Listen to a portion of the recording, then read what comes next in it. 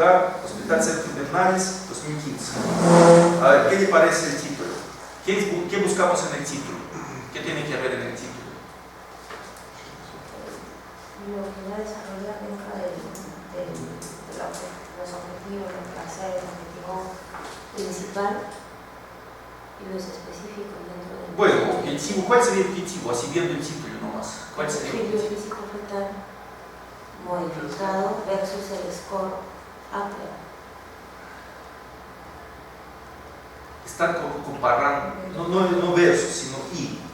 Score, porque el perfil biofísico... Supongo que están comparando o correlacionando algo. Están comparando dos tipos de cosas. El perfil biofísico es uno y el score APLA es otra cosa. Ya. Entonces, el objetivo debe ser correlacionar o comparar. Pero eso no se pone acá, eso es, digamos, está implícito.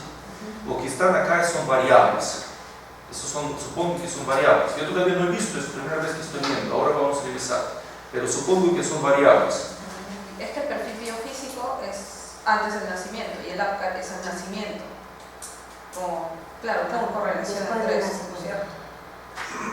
Claro, pero entonces en el título aparecen variables. Si aparecen dos variables, entonces puedo suponer que es algo correlacional o comparativo, ¿verdad? ¿Qué más aparece en el título? El lugar donde se va a aplicar Así es. el estudio y el año en que se va a Eso es sumamente importante esto, porque si no, sería se pretendería aplicar eso para todo el mundo, y eso no es así. O sea, mis datos, yo tengo que entender que mi investigación y datos que yo voy a obtener no es que son válidos para todo el universo, sino solamente para este grupo, solamente en este año, solamente para este hospital, que puede ser aplicable en otros ámbitos, pero con mucho cuidado. O sea, no es que yo estoy descubriendo algo que es universalmente válido. Por eso es importante cuidar.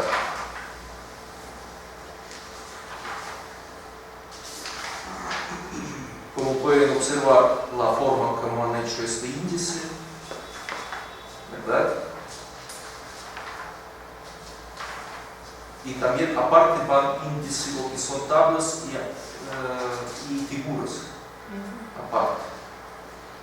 Porque acá han puesto, no sé por qué han puesto en minúscula, pero debería ser la misma fuente de anexos, índice de anexos.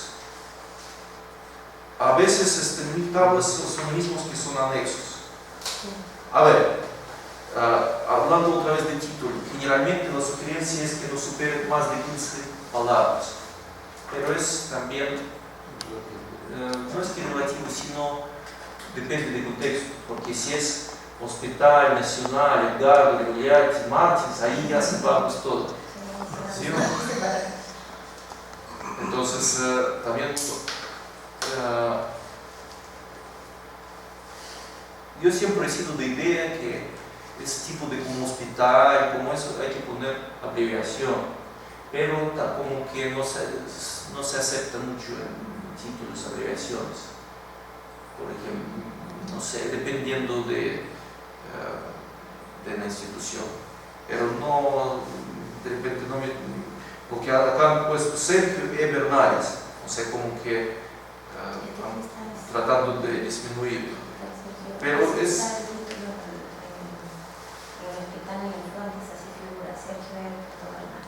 entonces así igualito tiene que ser, muy bien. Ya, a ver, vemos el resumen.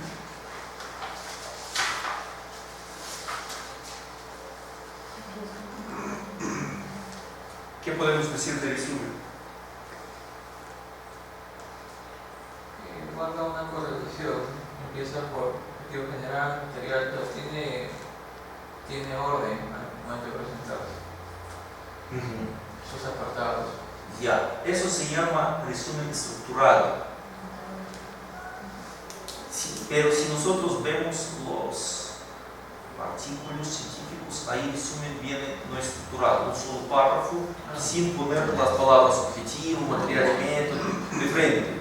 Determinar, o sea, el objetivo del presente estudio era determinar la relación tal en octubre tal. Estudio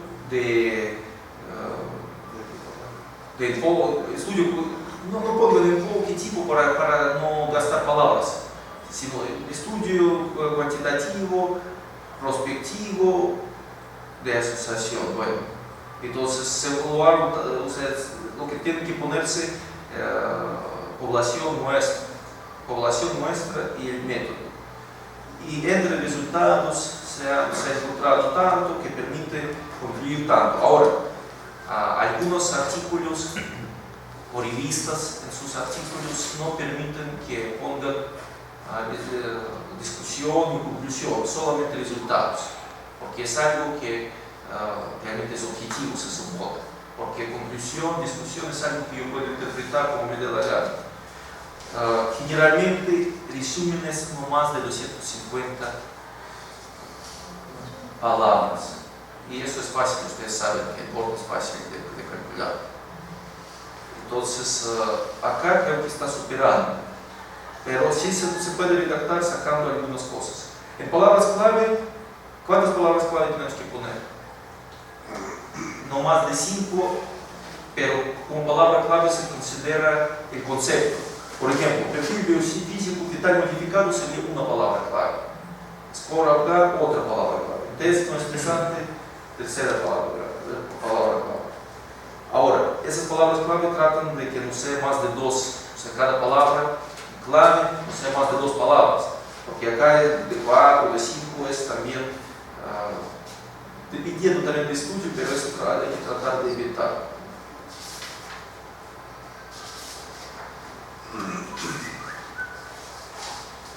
A ver, ¿qué sigue? Introducción. Marco teórico, antecedentes. Miren cómo están redactando lo que es antecedentes. En el año 2010, Jorge Santos Castillo, en la ciudad de Asunción, Paraguay, desarrolló la investigación titulada, etcétera, etcétera, etcétera. ¿Qué podemos decir sobre este antecedente? La persona que ha hecho el trabajo ha buscado temas afines a y está haciendo una citación de uno de ellos que corresponde a su tema. Entonces está sacando quién, dónde, cuál es la investigación, estudios previos a esto. Sacaron lo que es muestra, resultados y, bueno, conclusiones, ¿verdad? ¿Y eso qué estilo es?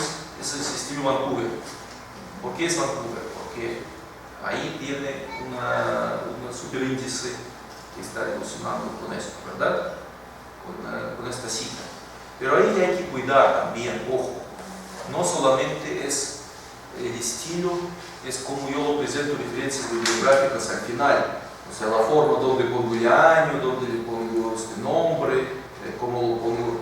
Eso es una parte. Y otra parte, cómo lo estoy citando, porque Jorge Santos Castillo, hasta donde recuerdo, no se cita así, tiene que ponerse solamente el apellido. Así es, pero Santos Jorge. Sí, yo más trabajo lo que es APA. En Vancouver habría que revisar, pero hay que cuidar no solamente la parte, digamos, de citas al final, sino en el texto tiene que ser adecuadamente. Pero el nombre, no sé, creo que no se pone. Primero, hasta donde yo sé, primero se pone el título del estudio que uno ha revisado, ¿no? Se pone si es tesis, si es un caso clínico, lo que sea, el año y quién lo realizó después. Yo hice así más o menos. Eso no necesariamente, porque acá tiene que hacer una narración. Porque acá está bien, podría ponerse apellido, podría ponerse, pero habría que ver cómo lo están redactando. Por ejemplo, ese de ponerlo en mayúscula, sí, esa parte creo que se pone en cursiva y no se pone comillas. Entonces habría que ver en Vancouver cómo lo están presentando. Quería saber si la cantidad de texto, o sea, el párrafo, la cantidad de líneas, estaba adecuado para la presentación solamente de una sugerencia bibliográfica. si bien tú sustentas con esa referencia a un estudio previo, me parece que son muchas líneas para solamente una referencia, sí. Bueno, creo que han exagerado un poquito. Acá está 3/4 de página, en otro casi página.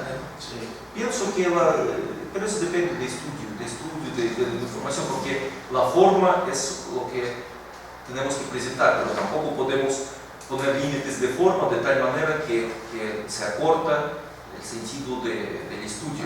Pero generalmente es media página.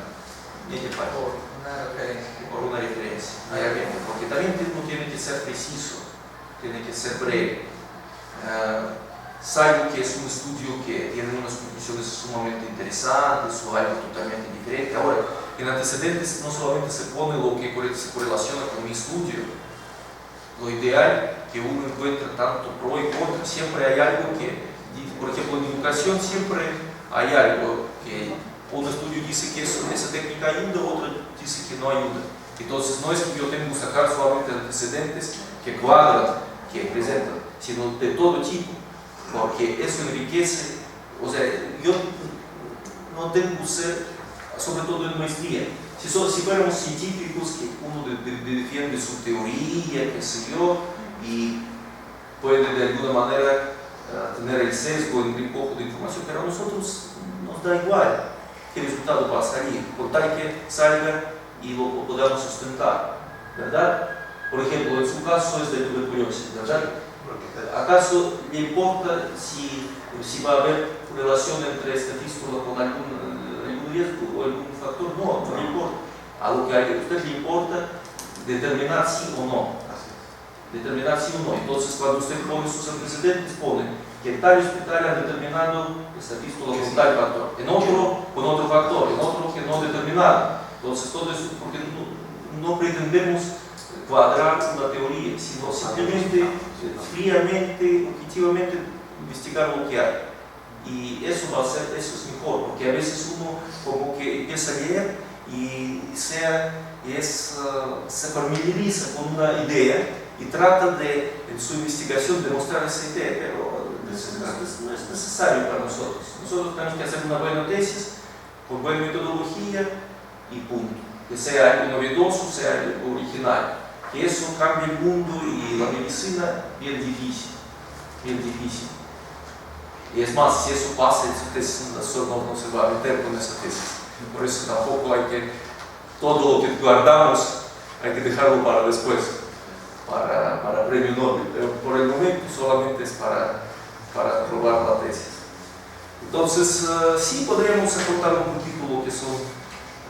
Ahora, ¿cuántos antecedentes tenemos que poner? ¿Cuántos?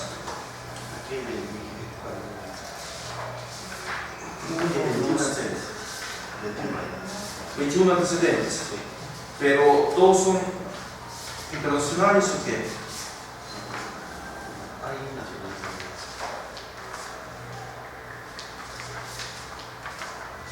Los hemos ordenado por el año. Sí, acá lo han ordenado por el año. Sí, por el año. Pero es mejor ordenar los nacionales e internacionales y los internacionales por países. Realmente acá han hecho bastantes antecedentes. Piden mínimo 3 nacionales, 3 internacionales. Pero hay que buscar un poquito más. Con la literatura con que tenemos, por lo menos hay que llegar a unos 20 en total, yo pienso. Lo que pasa es que no siempre nacionales hay. Eso es el problema. Pero internacionales generalmente hay. Y si no hay ni nacionales ni internacionales, eso significa que 1, no sé lo que estoy haciendo. 2, no sé buscar. Y 3, mi problema está tan mal que está fuera del contexto, porque de todo hay antecedentes. En nuestra actualidad no hay forma porque a veces dice, más bien hay problema que hay mucha información que uno no sabe procesar. Pero la verdad, no sé quién me preguntó que encontré solamente 5 referencias. Para toda la tesis, 5 referencias. ¿Cómo es eso? Es imposible.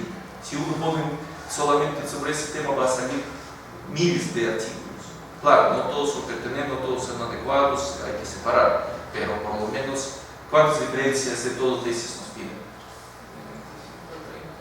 30, 40 para una tesis, que eso incluye todo, no solamente antecedentes, incluye libros, puede haber un artículo en un periódico, puede haber un artículo científico, tesis, es importante que hay de todo. Lo principal, libros, capítulos de libros, tesis, es importante buscar tesis, aunque sea un par de tesis antecedentes.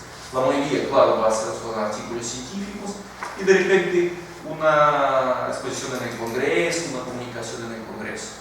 Entonces, esos 5 o 6 tipos es importante utilizar. Sí. Solo una consulta. Por ejemplo, en mi trabajo, que es sobre la prevalencia de actividad física y su relación con factores sociodemográficos en escolares, tanto a nivel rural de altura como a nivel mar, yo he estado buscando y la verdad es que hasta el momento no encuentro referencias de estudios comparativos. Tengo referencias de actividad, o sea, del caso a nivel del mar o en altura pero separadas. No encuentro alguna referencia. Sí. Entonces, en este caso los antecedentes sería así, separado puede ser. Sí, mejor todavía, porque entonces ahí, si eso así, es así, entonces es más fácil justificar. Ahí ya es digamos, un argumento a favor de originalidad del estudio, que encontré 50 evidencias y todos son por separado, y yo único que estoy comparando. Entonces eso sí es a eso uno cuando va a sustentar, porque cuando uno va a sustentar tiene 15 minutos para sustentar. Entonces ya empiezan a desarrollar qué importancia del problema y todo el marco, y el jurado generalmente no sabe del tema, no le interesa de fístulas, ni de programas educativos, ni de sexualidad. Lo que le interesa es la parte metodológica, porque se supone que la parte de fondo lo realizó asesor.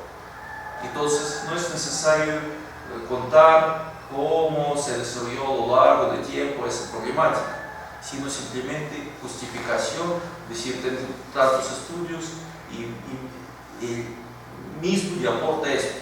O sea, eso tiene que quedar claro. O sea, eso hay que enfocar.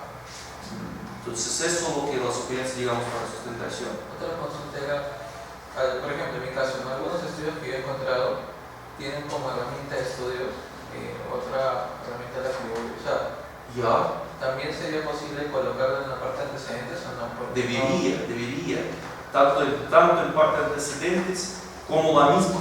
Ahora, lo que yo coloco en antecedentes, ¿para qué me va a servir? Para discusión.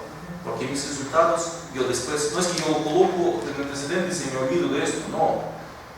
Si yo, después, cuando yo voy a armar discusión, mis resultados tengo que contrastar con cada uno de esos antecedentes. ¿Verdad? En discusión.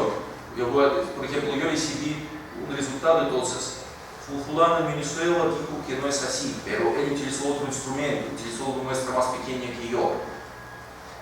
No estoy cuestionando ni nada, simplemente estoy comparando, demostrando cuál es la diferencia y cuál es la similitud.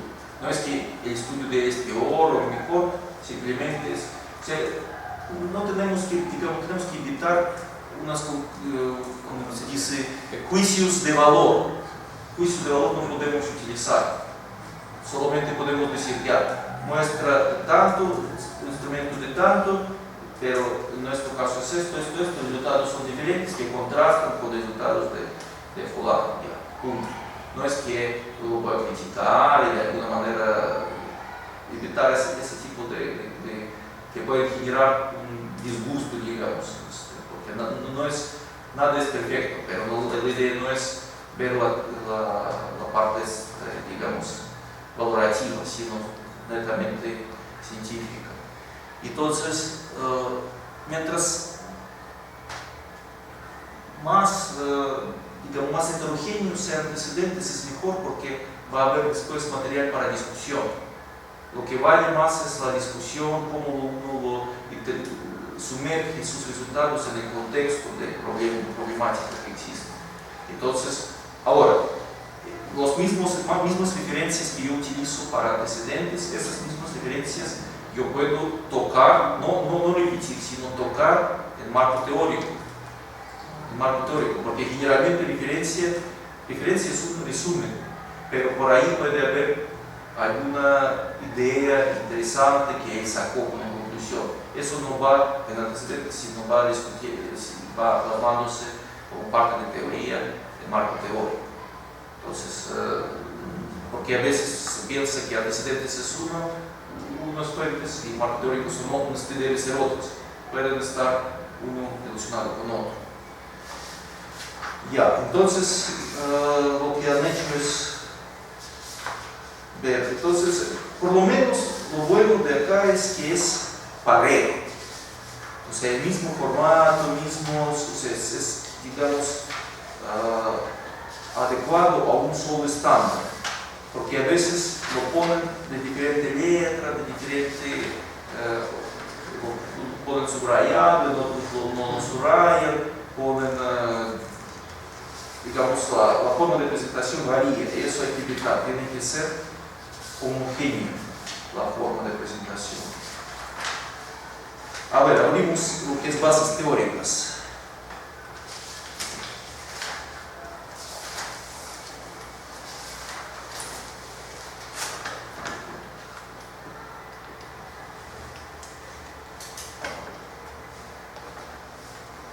Y de frente está empezando por desarrollar qué cosa, una de las variables, ¿verdad? Porque puede haber de diferente tipo de presentación, una teoría sobre el problema y después cada variable se define primero, se explica sus dimensiones. ¿Por qué?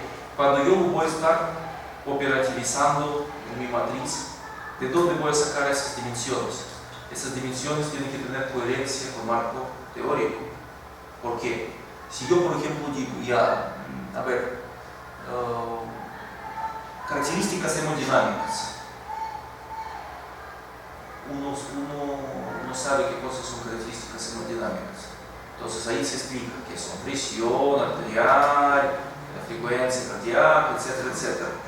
Pero yo os estoy nombrando esto, ¿por qué? Porque hay una teoría o un estudio o alguna, digamos, conocimiento comúnmente aprobado que estos son factores hemodinámicos. ¿Y dónde tengo que encontrar eso? En marco teórico. Porque acá yo puedo poner en variables, pongo por ejemplo características hemodinámicas, dimensión sería, en este caso, presión arterial sistólica, diastólica, etcétera, etcétera. Entonces alguien que no sabe va a decir, seguramente es así, bueno, pero ¿en qué se basa eso? En una teoría y en un estudio que tiene que usar el marco teórico, que tiene que haber coherencia. O sea, esta matriz es como un resumen, como un esquema de todas esas partes que yo plasmo acá tienen que aparecer en el texto. Si me dicen, ¿y por qué quién te dice que dimensiones de características hemodinámicas son estas? Bueno, según fulano en 89, la última característica aprobada, que se dio por Asociación Americana de Cardiología, esos son factores, o sea, yo lo saqué de ahí. O la guía de práctica clínica tal indica que estos son tratamientos que se tienen que utilizar. Porque yo puedo comparar dos tratamientos, Panadol con paracetamol, ¿sí o no?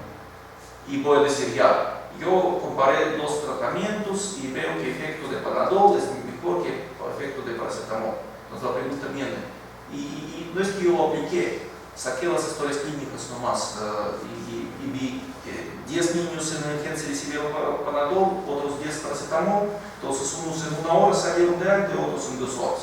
Entonces yo puedo decir que, puedo plasmar una hipótesis, que el uso de Panadol se relaciona con menor tiempo, digamos, de estadía en emergencia, ¿sí o no? Entonces ahí viene la pregunta, ¿y quién dice que en este caso hay que dar Panadol o paracetamol? Entonces tiene que haber guía de práctica clínica. Y si guía de práctica clínica que dice que Panadol está prohibido y paracetamol está permitido, yo no puedo comparar esto, porque sería que yo estoy comparando algo que no debería utilizarse. Entonces mi conclusión no va a ser válida. ¿Me dejo entender, verdad? O sea, tiene que, si yo estoy comparando en forma retrospectiva, utilizando historias clínicas, haciendo análisis documental, yo no puedo ahí cambiar nada, porque ya eso está hecho. Eso es la ventaja, que alguien lo ha hecho ya. Y si pasó algo, es problema de él, no mío. Porque yo no estoy haciendo experimento, yo solamente estoy recopilando la información. O sea, alguien lo ha hecho, lo aplicó, lo supervisó, hizo registro de historia clínica, todo preparado, yo solamente lo tengo que sacar. Eso es la ventaja. Por eso todos optamos, la mayoría, a hacer eso. Pero ¿cuál es la desventaja? Si algo se ha hecho mal ahí, no se ha registrado mal ahí, eso no me puede servir. Si él aplicó un tratamiento que no está en guías de práctica clínica, ¿cómo yo lo puedo comparar con otro? Y encima voy a decir que eso es mejor. Entonces eso no podía ser aplicado sin un estudio experimental en animales, etcétera, etcétera, cómo se desarrolla el ensayo clínico. Entonces yo tengo que tener cuidado en ese sentido, qué es lo que han hecho ahí, y no vaya a ser que eso está en contra de buenas prácticas clínicas, ¿verdad? Eso es la desventaja que yo no puedo cambiar. O de repente, según una clasificación o según algún tipo de estudio, mis dimensiones de mi variable son 10, pero en este caso lo han registrado solamente 5. Entonces mi estudio no va a ser completo.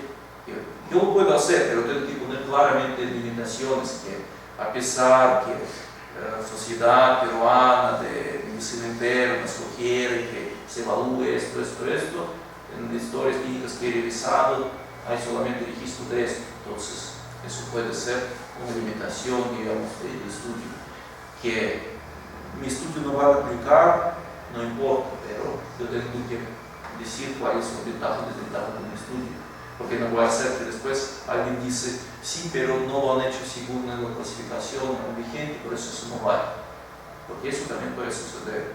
Entonces son cosas de ese tipo. Entonces acá empiezan en forma igualito, parecido a antecedentes, pero están desarrollando ya lo que son variables en el sentido de su descripción, su esencia de variables. Entonces, cómo lo han hecho, quién lo ha hecho, cómo lo estaban utilizando, etcétera, etcétera. Y ahí viene la explicación, perfil biofísico fetal. Porque yo, por ejemplo, no sé qué cosa es. Entonces yo abro acá página 23 y acá dice parámetro y especificación.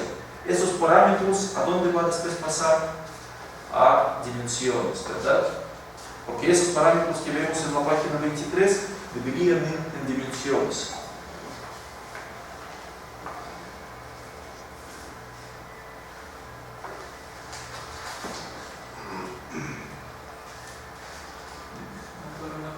Sí. En mi caso, por ejemplo, yo cuando le vi la matriz, me hicimos correcciones y las variables principales de mi trabajo eran actividad física y características sociodemográficas. Ya. Entonces, el cuestionario que yo utilizo, la actividad física en base al puntaje, lo dividen entre sedentario, moderadamente activo, activo y muy activo. Mi pregunta es, ¿esto vendrían a ser las dimensiones de actividad física en la matriz?